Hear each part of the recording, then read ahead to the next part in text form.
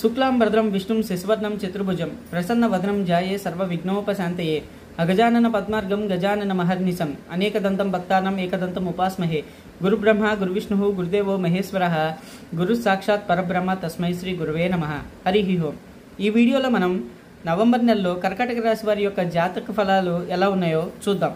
ముందుగా వారి యొక్క గ్రహస్థితి ఎలాగుందంటే 1వ స్థానంలో గురుడు, 2వ స్థానంలో కేతువు, 4వ స్థానంలో రవి శుక్రుడు, అట్లానే 5వ స్థానంలో కుజుడు బుధుడు, 8వ స్థానంలో రాహు శని.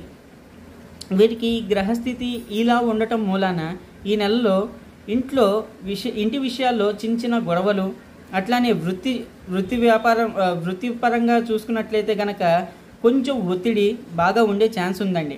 అయితే మీరు సహనం చూపిస్తే సమయానుకూలంలో మార్పులు అనేవి ఏర్పడుతూ ఉంటాయి. సో ఈ రకంగా మనకి కొంచెం కలిసి రావాలి అనుకుంటే గనక ఓం భాస్కరాయ నమః అని ఆ సూర్యభగవాను నుండి, అట్లానే ఓం ఆంజనేయ నమః అని ఆంజనేయ స్వామిని మనం రోజున దైవారాధన చేయటం చాలా మంచిదండి.